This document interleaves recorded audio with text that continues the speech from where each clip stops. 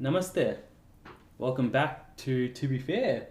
Season 2 maybe? I don't know. We're back. Absolutely. Better than ever. It's been a bit of a hiatus. Oh yeah, it's been a while. Happy New Year. Happy New Year too. Yeah, I haven't seen you in ages. Yeah, it's been probably since the last time we... recorded. Yeah. What's news? Nothing much. Just a new job. New job, moved out. Yeah. Amazing. Congrats. Yeah. Thank you. Big moves. It really is. And this a isn't big deal job as well. It's pretty full on. Cool for you, man. I was telling you before, I've already taken a day off. Yeah, just chill out because it's But yeah, thanks, man. Sure. It's been a good New Year's so far. It has been a pretty good year. Yeah. So far. For you too?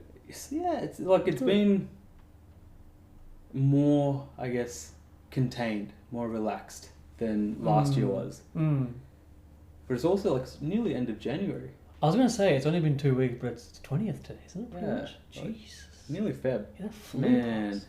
Yeah, these 3 years have been fun. God. Anyway, so we're back. We are. Better than ever. What are we doing? Bit of a change. Yes. Just, Get used to it. We might see some different scenery. Switch it up. Different rooms. Yeah. Different teddy bears behind us. You never know. And, what a better way to start off the new season than talk about something that's super important, I think, in general, but I think especially within our brand communities, where it's not really talking about, it's not really understood, and there's still, I guess, a lot more stigma around it than the more wider community. Yeah. So I guess more specifically, like mental health issues. Yeah. Ill mental health, however you want to, I guess, describe it, but that's the general, I guess, topic for today, and it's something that I've said we want to talk about from a while, but it's kind of just been on the back burner, and you've kind of suggested, hey, today, mental health. Yeah. So what has that come about? Just, I think, with obviously the past two and a bit years, everyone's had more time to think about what they want to do, how they're progressing. Whereas before you didn't have time to do that. You might have, but you would have just been busy. Your 9 to 5, for sure. Your gym, everything, you're going out. Now everything's because it's slowed down. You have so much time with yourself, right? Which is good and bad. So a lot more introspection. Yeah, exactly. And I think with moving out, you realise a few things as well. Yeah. How different life is going to be probably. Oh, of course. It's only been basically 2 weeks, but it's already for sure. a big change mentally as well. For sure. So just the idea of, being in the big wide world, or is it more also, I guess, being away from what you've been used to in terms of the family, the parenting, and... Yeah, well, obviously now you are on your own, which is, again, good and bad. Obviously the obvious things like cooking, all that kind of stuff that you could do at home, but now you have to do every day. You got to think about, literally when work finishes is, oh crap, what do I eat tonight? Oh, for sure. Whereas it's non-stop, right? Whereas before you could have just been like, I'll eat whatever's in the fridge. In a way, it makes you really appreciate just, 100%. For example, even especially mums, the way that they 200% work and then have to then just, And they do it after work, right? They work and then cook. Non-stop, right? Like it's a part of their job. And then the weekend they're doing laundry and it's like, bruh, us brand men need to fix up the next generation. This is absolutely. Not good enough. I thought I was doing a lot of home, but you're really not doing much compared. What's actually happening. Exactly. So you just had a lot of time, I guess, to think about it, and COVID, and I think, there's at least been a lot of discussion in the wider community about mental health. That's another reason. What is mental health? Well... That's what I want to find out today. We'll try and come up with a question. Like every episode, we probably won't. Yeah. But we'll just have a chat. Yeah. And come up with no solutions, but maybe 20 other questions. But it's so true. Look, it's why they keep coming back. Exactly. This is why they keep coming back. 30 viewers keep coming back. 31. Thank you to you. I couldn't name 31 people on the top of my head, so that's a big achievement. That's true. Unless someone's watching it on record, like replay. Shout out to that person. Oh, no. No, come on, man. No. We had one comment. We're very excited about that guy. Very excited. But yeah, that's a question I wanted. Because I know people who don't know, this is like a field that you're heavily involved in. I guess formal and informally, I've got a bit of a pet passion for mental health, especially within the brand sphere. Yeah. Because I feel like it's something that needs to be addressed. in all aspects. Uh-huh. But I guess, it's also been something that, I've studied Yeah. undergrad, postgrad, kind of working within the mental health disability. So I think Yeah. it's something that hopefully I can speak on with some form of secondary authority at least. Yeah. You just sound smarter than me anyway, so that's... So mental health, I think we need to get the groundwork covered first. And I don't want to, for the one commenter that usually comments, I don't want to get into So mental health is a state of physical, mental and social well-being through which an individual realizes their own abilities and can function productively in daily life. Okay. So it's like, pretty much a holistic well-being. And I think the opposite then would be poor mental health or mental health illnesses that we understand, whereby, the symptoms present in a way that it impedes your ability to function daily. And or causes significant subjective distress. So I guess that's the mental health and mental health illnesses that we're going to be discussing. And if we jump straight into it, and we want to, I guess, start off by saying that we speak, I guess, more to the diaspora experience in terms of course, the brown Australians. Because, someone that's brown living in brown countries probably can't relate to the same extent. Probably can't. And white people are just white people and... Very different. Exactly. So, but yeah, there's definitely literature out there that would suggest the brown and, more generally speaking, ethnic communities have higher rates of symptoms. And there's certain papers that look specifically at ethnicities and, look at South Asian communities and Indians and, even certain studies look at childhood, and there's certain studies that show a higher percentage of symptoms in younger children and even up till adulthood, where they found specifically, and I would struggle to actually find the data, but I think it's a 2.3-fold increase in mental health symptoms in Indian Australians versus, Caucasian peers. Which, how does that sit with you? Is that... It's not surprising. It's not surprising? No. That it's not equal, at least, that there's a higher rate and prevalence? Yeah, so it's not surprising. Yeah, really? Yeah, no. That's... It was rather surprising to me. Oh, okay. Not surprising. You're more of a realist. Well, no, not surprising, but I would have just thought, it would be similar. When you kind of get enough data, it would kind of even out. But apparently, because like you said, we're speaking to the brown Australians, and like we mentioned in many other episodes, it's very different to the white Australians. So then there is other reasons why, that makes sense why that's higher. For sure. Mainly, I would... Unless you have actual evidence, I would suggest not to be able to talk about it at home. Would be a big aspect. 100%. If you can't approach the subject of, hey, I'm feeling a bit down, then of course everything's gonna stop feeling down. It's like you won't even get that. You live in this house. Yeah. You get food, dinner. What's the big deal? Why are you sad? It's just breathe a bit. Yeah. And you'll be fine. Remember that?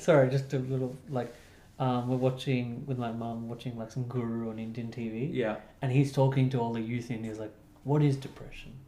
Just breathe for 30 seconds, hold your breath, depression cured. And I laughed. I understand where he's coming from a little bit. He just relaxed, but the way he said it, everyone's just like, oh my god, yeah. I'm sure there's value to that's it what in I terms mean. of, being mindful. That's what I mean in terms of, no, I'm not surprised that there's a more higher rate. Brown Australia. Oh, for sure. And, it makes sense in the sense of, coming from an ethnic, at least visually ethnic minority group that, you'd experience greater victimization from peers growing up. You'd maybe feel different from your peers. And, even we've talked about previously, food that you bring at lunches and stuff. There's more challenges. That's not whining. It's just how it is. And, and like you say, it's not something that's spoken about at home. So it's not even a thing where it's like, oh, this happened to me today, I felt bad. It's kind of, you just have to deal with it yourself. Get on with it. Get on with it. And then, as you grow older, I'm sure there's other challenges like conflict with family and, obviously parents, but just the traditions of, you know, the overall family So and that- the conflict of identity and Teenage, early there's just, 20s yeah, kind of thing. a lot of, and as I'm trying to read without my glasses, but like the increased length of stay that a migrant family has in their new country, Okay. there's greater difficulties in the family dynamic. Of course. Because the younger children become culturally assimilated and obviously the parents do not, and it's a bit of a conflict that, you know, creates issues. Of course. Yeah. That's the thing. It's not like it stays in childhood and goes. There's a lot of other challenges that happen, right? For sure. So, yeah, I'm not surprised. It's partly the reason why I wanted to move. It's been on the cards for like 2-3 years. Because I could just see that it's not like we're trending in different directions. There's just like, there's always going to be conflict with living with them just because you have your, like, you know, you're culturally assimilated to a different lifestyle. And difference is at this age, you can just say, oh, I can just go now. Because I hopefully have the financial well-being to be able to support it. So, for sure. No, it doesn't surprise me. Yeah, but again, it's not, I guess, you know, without becoming this like parents, Indian parents, brown parents are the worst sort of podcast. I haven't said that at all. Yeah, but you know, I think because, you know, when we talk about all this kind of stuff, it you know is very much dictated by our upbringing and our parents and stuff. Yeah, that's true. You know, and you know they're not completely innocent. I think there's definitely you know the ways that they've parented that are definitely problematic and cause issues. But yeah, there's also just external societal things like, you know, increased exposure to racism and you know, just there's the whole combination of things that probably lead to just poorer outcomes in mental health. It's a bad cocktail, exactly. And the worst cocktail is there's significantly less mental health service uptake. So yeah, this is something have, you mentioned before, right? Yeah, greater symptoms, but substantially less service utilization. So basically, no one wants to go and get help. Yeah, and which could be a lot of factors again. Could be a lot of factors. They don't recognize it, maybe. They don't recognize it. They're too scared. They think it'll go away in a week.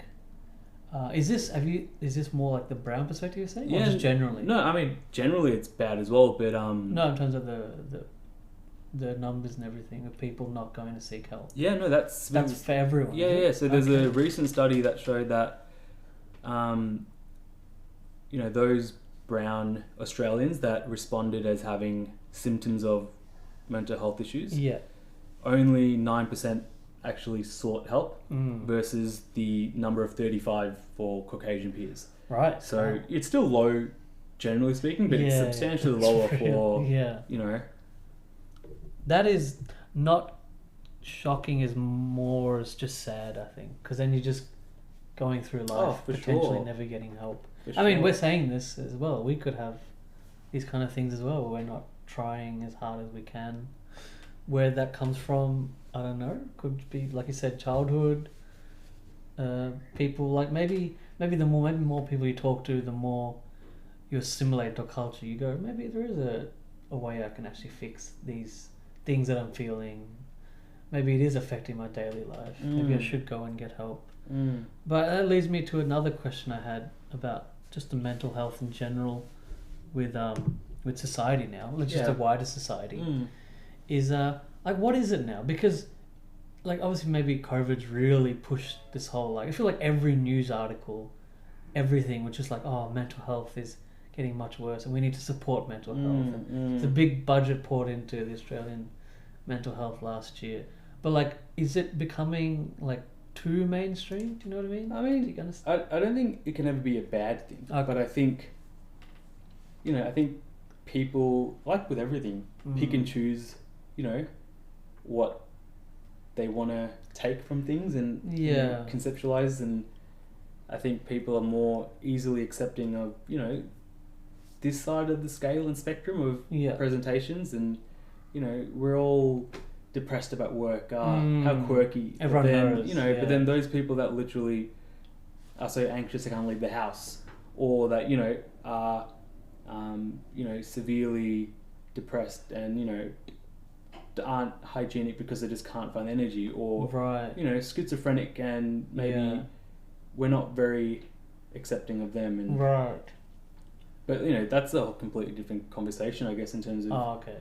Well, no, it's just in my perspective. I mean, we can definitely talk about it, but just that side of things in terms of Yeah. you know people's understandings and what they do, and you know companies, and again, you know, are you okay day? Is that just now a thing that you post on Instagram? And Yeah, see, that's what I wanted to like. That's more the thing of, is it like just becoming like a fun thing to Yeah. like, use? For sure.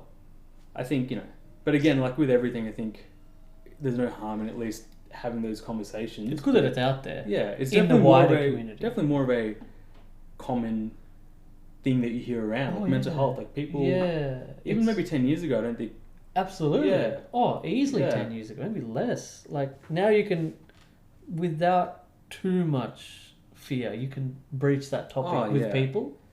But again, outside the that's the bubble what I meant. of being That's brown, what I meant. That needs to change. Maybe it's changing. It's definitely changed in my household a bit. Yeah. Feel a bit more comfortable talking about that I think that's what I like to hear. Yeah. But I feel like maybe it's not necessarily as widespread. But Oh, I tell me wouldn't more say about so. like so how No. so your parents was it just like a over time that they've just become more like the wider community, more accepting of things, or have you been an advocate? Like how has it worked? Well, it's more like me. I'll just focus on me, not my sister or anything, if she had anything to talk about. But like me, I got to a point where I literally like during a family event just had to get out of the house. And I have asthma, so I thought, well, my chest is really tight. I think I have asthma. I went to the car and it was like, it's not asthma, because it's like someone was sitting on the chest and like pounding. I'm like, this is different. And it was that, I think that built up over like that whole year, because I'd come back from my travels, just finished uni, and then a whole year of like I couldn't find a job. Yeah. And obviously, living in a household where it's like, every day, 8 hours a day looking for a job. Of course, like, yeah. but like after the first That hour, there's constant not really pressure. that much you can do for job hunting. Like if you look at the first hour at 9 a.m, that's when all the jobs. It's like you don't really can't.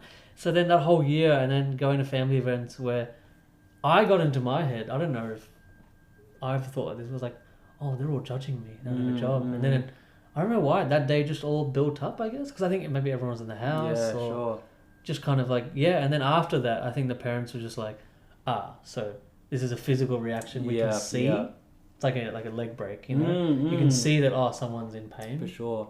So I think from then, it's been much easier to talk about. Yeah, okay. Like they understand it as well. For sure. I guess when it kind of all happens, which then you don't really you want have to get to face that it, point, yeah. but it is good that happened, because before I wouldn't have talked. I didn't talk about it at all. And that's probably part of it. Probably That, my fault too. Bottling it up, it just got to the Yeah, it was point definitely where my fault too. I could have tried to breach the topic, but then again, I didn't have that. It's hard. I didn't have that person higher up who was like, "Yes, you can talk about this." For sure. Yeah. And that's in a way a parent's job. And I think and it's not their fault because the way, they've kind of migrated, it's a whole thing, but I think brown parents do have a lot of accountability in terms of their children's well-being or ill well-being at the moment. That's a good word. Just, just the way, in terms of the parenting styles and just everything else that comes with it, the pressure on studies, the pressure on success, and pressure of, keeping up appearances, everything combined, I think.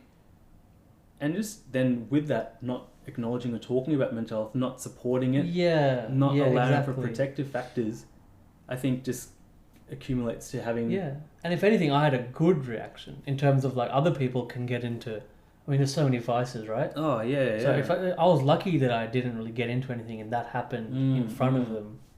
I mean, it wasn't in front of like the whole, like those two. So like, I got lucky in terms of the way it came out. But you're right. I think it's fine to put... I won't say pressure, but it's fine to have like, you want kids to do things. If you don't have the opposite thing of, but if you're struggling, here's where you can talk to. But even, to. I think it's where you put the values. It's like, at the end of the day, what's most important, your everyday well-being or, what the uncles and aunties might say about a specific job or whatever. I think it's just the priorities. But again, it's not to blame them because that they don't. That's their. I mean, think about how they were raised. In a way, they don't know any better. They've exactly. They're just trying to do their best. I'm not having a go. That's what not at all. That's the thing. Trying to do their best. I'm not sure if we'd already talked about it or if it was just during another conversation, but you think about language and understanding, and like there's no real exact description or definition of these kind of disorders in a colloquial sense in our languages, like depression, anxiety, ADHD, PTSD. None of that's really a thing. It's not there yet. It's just Bagel. Bagel, yeah. It's just one crazy... means crazy person. If you don't have a language for a construct, you don't understand that construct, and you can't, in a way, support your kids or support yourself, or, Even worse is saying Bagel, though, because that's like dismissing someone as crazy. Oh, of course. It's like... And it's such an extreme. It's like... Mental health... No, that's just Bagel. That's, that's not... And, like, I know we're talking about brown people, but this was a thing in Western culture where you'd say someone's acting... Like, a good example of people is like Britney Spears. Like, oh, yeah, she just went crazy. Yeah. And now we look back at it. If this happened now, everyone would be like, there's something clearly wrong with her. She needs help. Yeah, 100%. Back then, it was like, again, Dave Chappelle brought this up, and I remember this quote. He said, "She never calls someone crazy, it's dismissive.